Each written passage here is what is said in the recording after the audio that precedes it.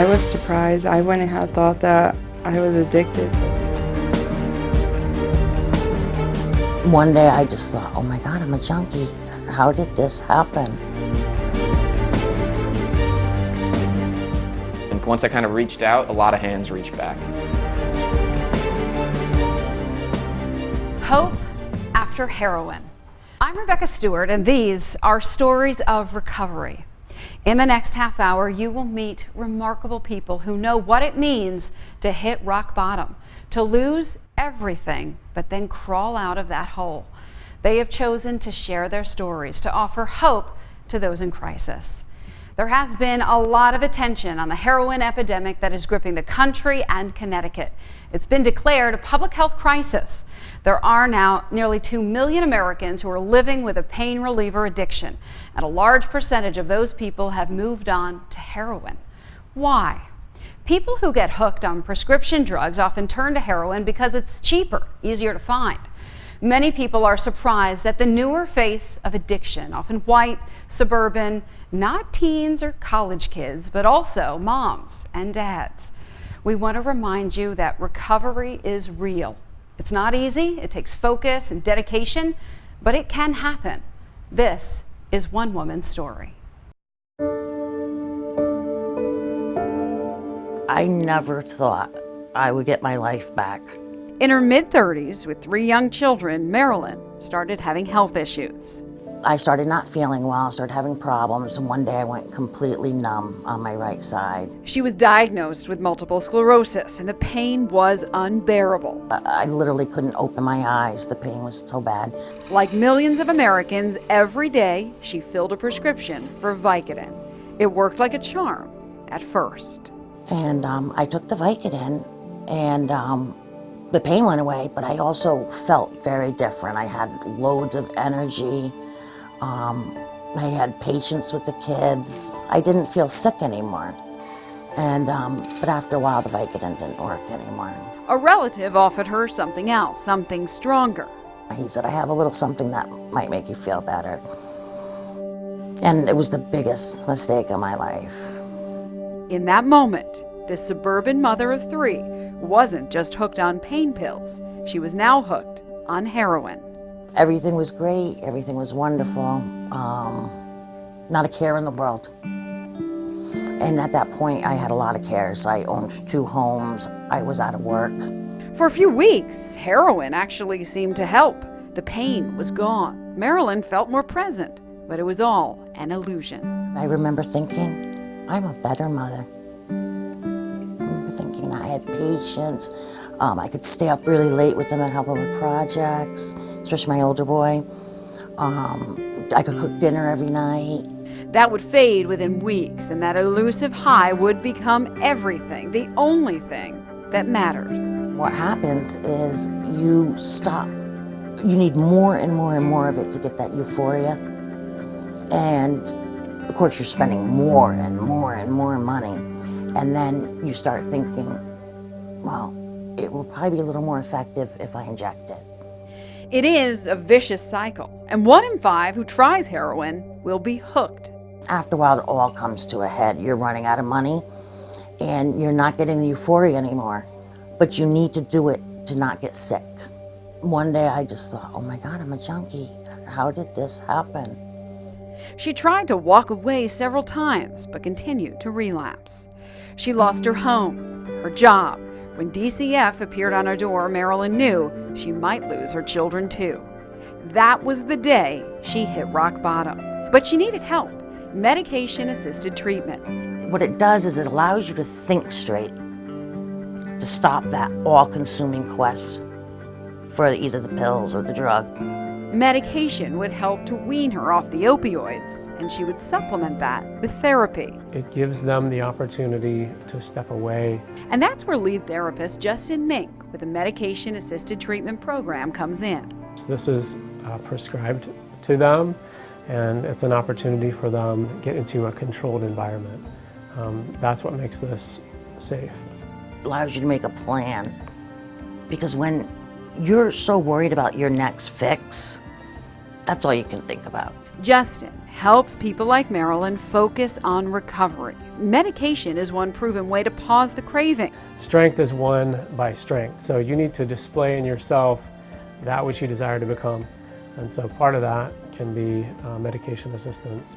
I know it seems insurmountable, but it's not. I want people to know there's hope. Just because you live like this right now, it doesn't have to stay like this. The CDC now reports that more people have died from drug overdoses in 2014 than any prior year on record. And the numbers indicate we are blowing past those records this year. The majority of drug overdoses, more than 6 out of 10, involve an opioid. Now, since 1999, the rate of overdose deaths involving opioids has nearly quadrupled. 78 Americans die each and every day from an opioid overdose. The CDC's position is very clear. They believe the epidemic is directly related to the increase of the number of prescription opioid pain relievers that now exist. So coming up a little later, we'll talk to the experts to learn more about what is being done right now to fight this. But a reminder, if you are watching right now and you or a loved one needs help, log on to hhchope.org for more information. We have a complete guide to help families who are going through this situation, and you'll see numbers to call. Now, there are resources, but you have to know where to look. Joining us now is Senior Vice President of the Behavioral Health Network, Patricia Reamer. She was also the former commissioner for the Department of Mental Health and Addiction Services. Now, you have been doing this for some time. What, in your opinion, is different now? I think the difference now is that we're seeing so much more use and abuse of narcotic analgesics, which then does lead to the heroin. And I think the other big difference is that we've seen this now infiltrate every single town and city in the state of Connecticut. There is not one town or city, no matter how small, that you can find where somebody hasn't been affected or had a family member that was affected. And the stories truly are everywhere. It does not discriminate. One of the things that you've talked about, though, is the word stigma. It makes you cringe. Why? Well, it doesn't make me cringe. It's just that really I think there's a difference between stigma and discrimination. Stigma is how people feel about themselves, the shame that they can experience from having a substance use disorder or from a mental health disorder. But discrimination is how we treat people who have those issues. So they're often discriminated against when it comes to housing or jobs or just the way that people treat them in the public. And we see that over and over again. One of the things that I've learned after our conversations, you've talked about fentanyl. When you see that in the headlines, that's dangerous. Why? Well, I think that the issue with putting in a paper that this is what the bag looks like and this is the mark on it, so you know it has fentanyl, while I understand the idea behind it is to warn people, if you think about it from an addict's perspective, somebody who is really wanting to use enough to get high, if they see fentanyl, it may be something that they somehow think magically will not kill them. And so you have this sort of double-edged sword of people who may be attracted to that rather than say, I'm going to stay away from that. And it's so scary to those of us who are parents. A lot of us, I know that I've talked to my husband, we sort of ask, what can we do? What can we do to stem the tide of the younger generation? Well, there's some amazing statistics out there, and I think the first thing I always say is that in spite of peer pressure in adolescence, the most important message that parents can give their kids is that it's not okay to drink, it's not okay to do drugs, and really stand firm on that. And then I think the other thing is, even if you're genetically loaded, which many of us are, many people have this in their family, some sort of substance use. If you can keep your child or adolescent from using any substances, including nicotine, until the age of 18, you really decrease their chances of having a substance use disorder later in life by about 90%. That's a dramatic number. And if you can keep them from using anything till 21, it really goes up a little bit more to about 95%. Are there signs that parents miss? I talked to one woman who said spoons kept disappearing and she didn't know why. She thought it was her. Yeah. But that was a big sign and she missed it. Yes, it is a big sign. I think there are other signs. Things like if you see your teenager wearing long sleeves in the summer or long pants in the summer, it's worth at least being curious about. Again, you don't want to accuse someone, but if you really are concerned, you have to look for certain things. People often sort of look like they're going to sleep and then may have periods of sort of frenetic energy. And so there are signs that I think people do tend to miss, because it doesn't necessarily look like if your child came home drunk. Scary. Patricia Reamer, thank you so much, Senior Vice President with the Behavioral Health Network, but there is hope, and that is why we're talking today. That's right. There is hope. Recovery does happen. Thank you. Thank you. Still ahead, a young woman addicted to heroin finds herself pregnant. What happens next? Will she be able to keep her baby? Will it be taken from her? That story is still ahead on Hope After Heroin. 50 years ago, most people thought of a heroin user as someone from the city, a homeless junkie in the alley. Now, we want to be very clear, those images are no longer reality. The new face, it is young, affluent. Heroin does not discriminate. There are often famous faces with everything to lose. Tina Verona joins us now with one family's story. Rebecca, when we sat down with Ben Roach at his home in Old Lyme, he was celebrating an important milestone, 1 year and 1 day into his sobriety. But his journey to this point was long and complicated, one that involved lying and stealing, all for drugs, because the drugs, he says, allowed him to feel a sense of belonging. Ben Roach excelled both in the classroom and on the football field. He grew up in a wealthy suburb, had easy access to money. By all accounts, Ben had the perfect life, or that's how it appeared from the outside. So I remember, like, at a very young age, putting on a mask in a way, you know, and not feeling comfortable being my true self. On the inside, Ben struggled. He fought to keep his anxiety and depression hidden. I never really felt like I was worth it or enough. That changed when he entered high school. He met a different group of friends and discovered a way that would make his life seem so much easier. I was just able to be in the moment and laugh and just enjoy myself. And that was huge. His anxiety and depression seemed to disappear, but he was staring down a dangerous path. Immediately, from the very first time I smoked, I was like, this is it. This is what's gonna work for me. You know, I can be the person who does well in school, is an athlete, and smokes weed constantly. And then it quickly snowballed into a full-blown addiction. I started using opiates probably when I was 15 or 16, and I started snorting cocaine and doing a lot of other drugs, you know, hallucinogens, pretty much, you know, whatever we could get our hands on. And it would take more and more drugs just to keep chasing that elusive high. My life was just very, very unmanageable, lying to my parents constantly, stealing money, doing whatever I really could to get my hands on pills. Quitting wouldn't be so easy. You know, with opiates, the withdrawals were definitely something that really, you know, drove me to a very dark place. With his life spiraling out of control, his friends urged him to finally come clean to his parents. You know, I'd tricked everyone into thinking that everything was all right for so long that I was like, you know, I can't let them see what's on the inside. I can't let them know how I'm really feeling. It was horrifying. Ben's mom, Michelle Roach, remembers those dark days. I just felt like such a failure as a parent. I just couldn't believe that this little perfect, beautiful boy that I had given birth to had developed into a drug addict. Ben's parents helped him seek treatment for his drug abuse. He was placed on Suboxone for heroin and opiates, but later relapsed. It wasn't until his parents cut off his finances that he took recovery seriously. I hit my own personal bottom. No one else could, you know, hit bottom for me. It didn't matter how bad everyone else in my life was feeling. I was the person who had to hit, you know, the true rock bottom. Ben underwent medication-assisted treatment once again and therapy for his underlying anxiety disorder. Today, he remains in recovery with his family behind him. I did not want you to see the truth, my truth. And now I can walk around kind of expressing my truth every day, which is just such a beautiful thing. I'm so proud of Benjamin and the fact that he's able to recognize the fact that his story can help so many other people. If we can do that, then it's worth it.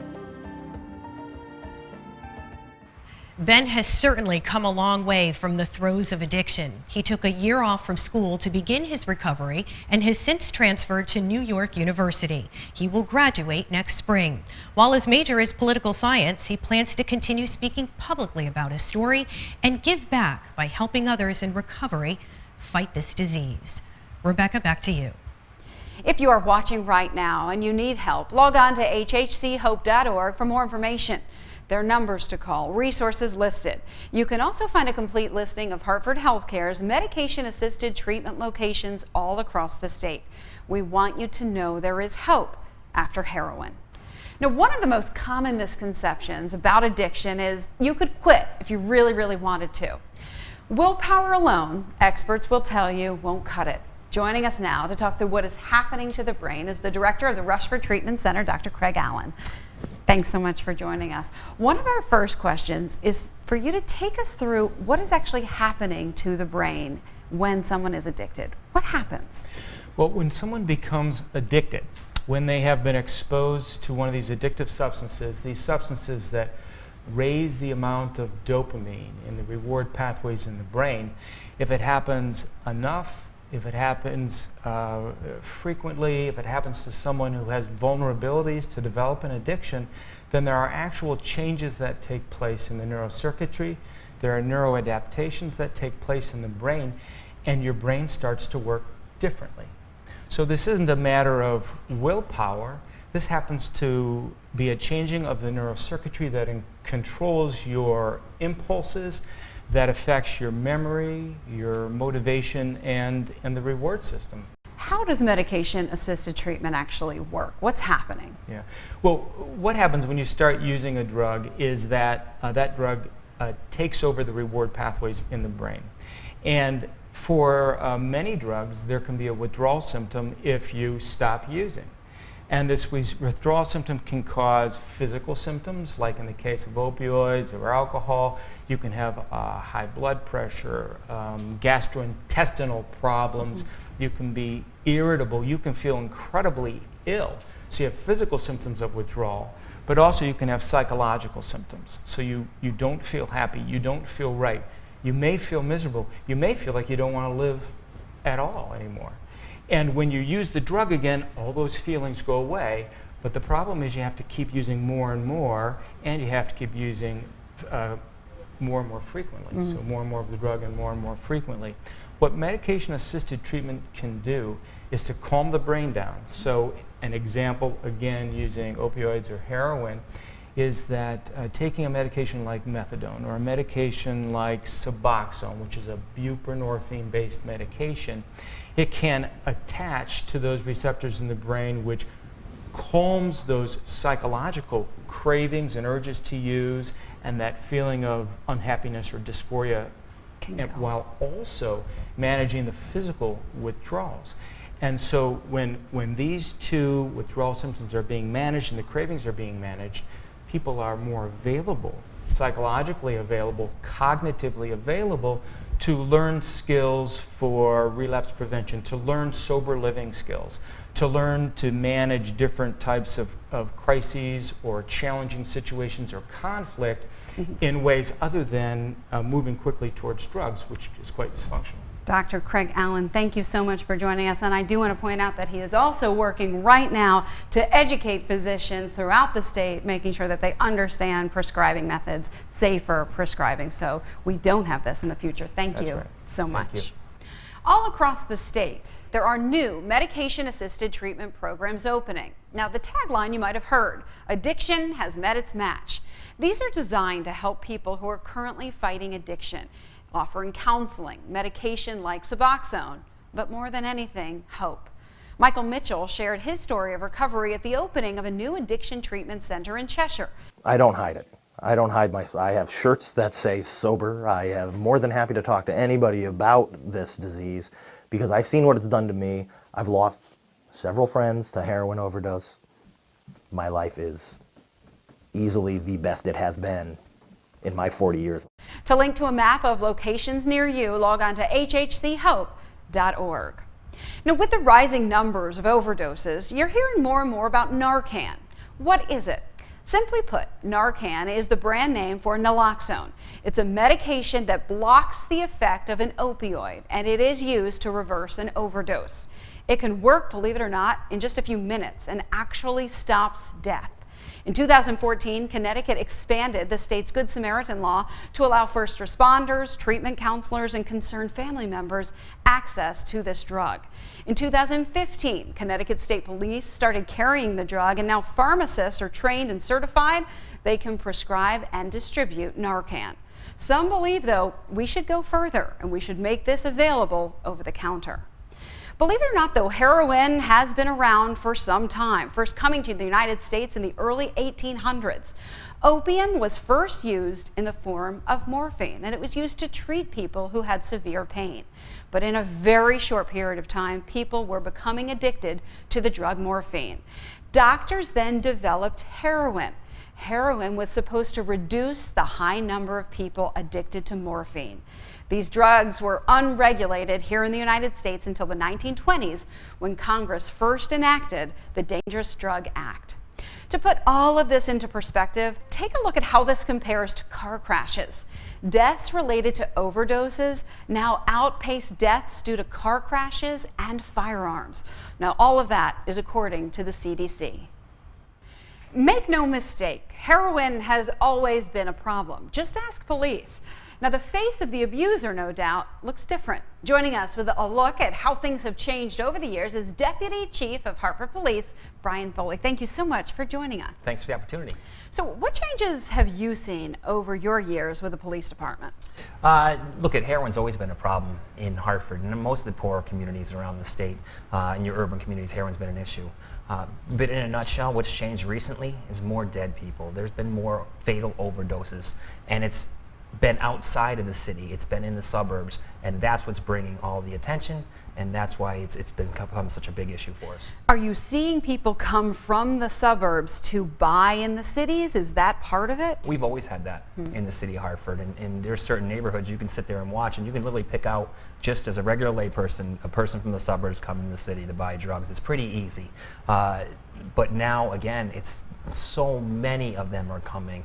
It's like an epidemic level, and now you have the overdoses with the fentanyl, and so many people using it based off upon, of course, the previous OxyContin addiction rolled into a heroin addiction. And we're seeing that so often. Now, you mentioned to me that as we're looking at criminalizing, decriminalizing these drugs, sometimes you've said, I know putting someone in jail may not be the best thing for that particular person.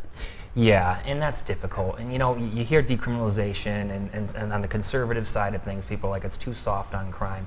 I can tell you, I've been in situations, I've been on the street where I've looked, say, a prostitute in the eye or a mother breaking down crying based on their addiction to heroin, that I know what I'm doing to that person by putting them in jail at that moment is not the best thing for them. In fact, most likely the worst thing for them, and it's only going to continue their trend in a downward spiral.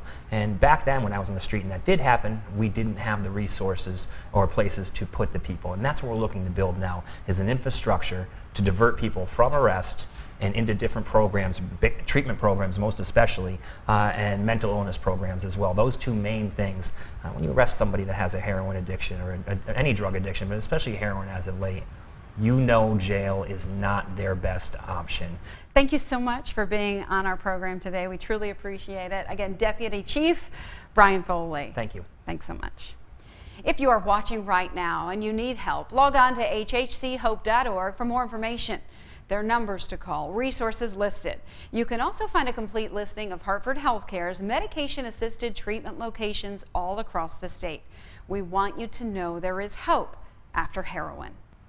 Now, one aspect of the epidemic where we are seeing tremendous change and hope is when it comes to pregnancy and babies born addicted. Now, there is debate, great debate, when it comes to pregnant women who are fighting addiction. When is it better for mom to recover with baby, and when is it better for the baby to be in protective services? Many hospitals are changing their approach and their attitudes, but there is no national standard. This is one new mother's story.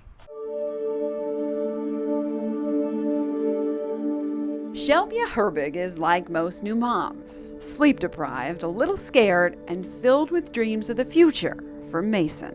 Kind of guide him and help him more than what I kind of had. But Shelby and her son have a tough battle ahead.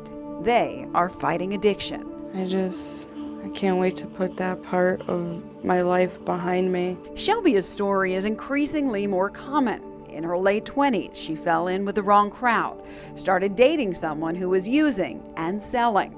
She thought of it as recreational and would never have called herself addicted until she decided to stop.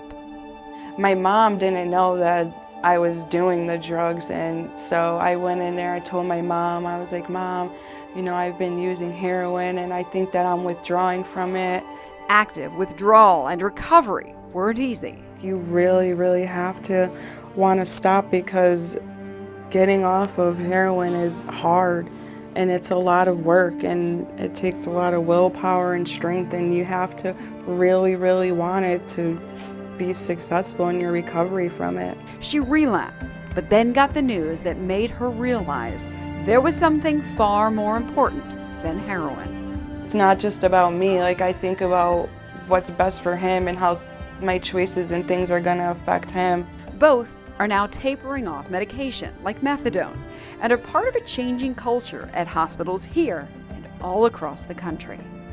I don't know, just having him just changed a lot of how I think about things. That's a number one incentive, a time in Mom's life where she can really change the trajectory of her life and her whole family's life.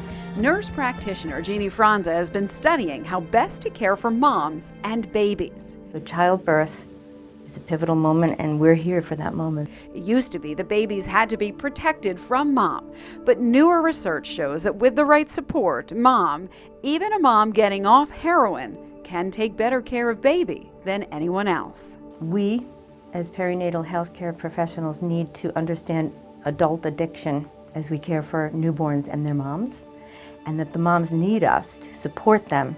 This kind of paradigm shift for us was huge. Carolyn has worked in labor and delivery for decades and remembers when mom was treated very differently. These moms were looked at like they are drug addicts, and their babies needed to be protected from them and from what they were putting their babies through. That would have killed me. That would have,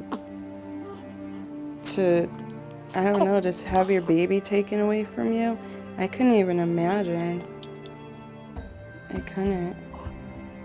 That could probably actually push somebody to go back and start using again. Now both Carolyn and Jeannie are helping change culture and protocol. Baby needs to be with mom. We need to look at ways to safely do that. And mom needs us to provide her with encouragement, welcoming, nurturing, and respect. I had a bad day that day. I was crying and stuff, and my nurse, she hugged me, and they were really consoling. I love the staff here. I really, really do.